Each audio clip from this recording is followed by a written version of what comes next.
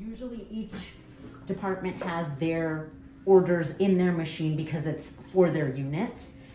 So in order to pull it up, you would go to orders here, and there's like this little arrow thing where you're gonna update, and the orders should pop up, okay? As long as they've been released from Health Connect, it should pop up in the list. For me, if it doesn't for whatever reason, another good way of doing it is just typing in their MR number and then search it, and usually it'll pop up whatever, if they have 1 order, 4 orders, whatever, it'll pop up and you can select which one you want. You just double click it. I mean, I already attached it, so you gotta make sure that you put your technician number in and you save it. So it'll usually populate the information automatically. And what I tend to do, especially for babies, because they are so much smaller, is all the chest leads, I like to cut them in half for the full lead. So I like to cut them in half, and then, okay. It's usually harder for lead placement on a baby just because they are so much smaller. But I usually find V1 and V2 are kind of in between, in the middle of your chest here. V4 goes right underneath kind of the nipple. 3 goes right in between. And then 4, 5, and 6 basically up until the armpit is kind of what you want to do. Yeah, it's right there. It is on this placement. These are cold stickers. Sorry, bud. 2. I know. You're not gonna like me very much. That much I know. 4, 5, 6, and 3 is always hard. But we'll maneuver it in there. I wonder if we. Do you mind if I kind of pull this back a little bit? Like, let me just kind of. I'll stick it on your diaper for now. Okay, kind of keep it so it's 1, 2, 3, 4, 5, 6. Kind of just runs along. And the arms and legs, I usually just leave them full sized, even on the smaller babies, because the smaller sticker tends to fall off. Whatever. I just need to cover my face. Alright, buddy.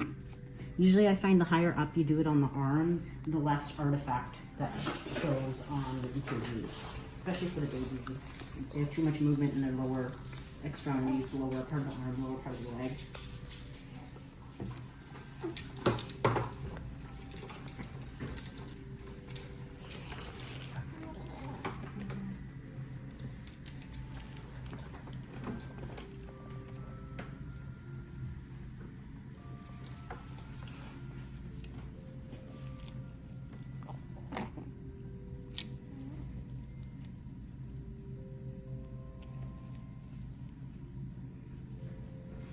And I do think one of our techs has ordered some of these clips. I know that they do come with the smaller ones as well, but our machine does not have the skinnier ones.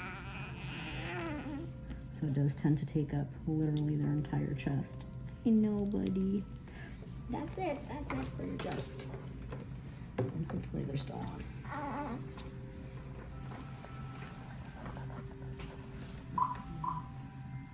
Right.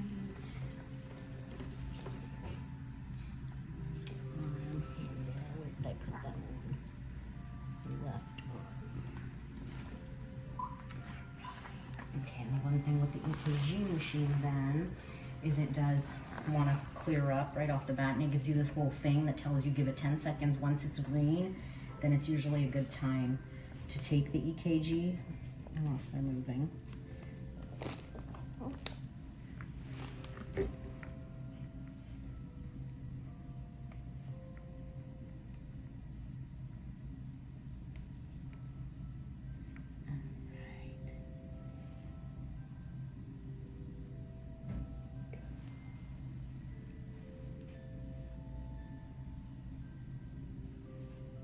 And then if it's one you like, you just accept it, and it'll print out.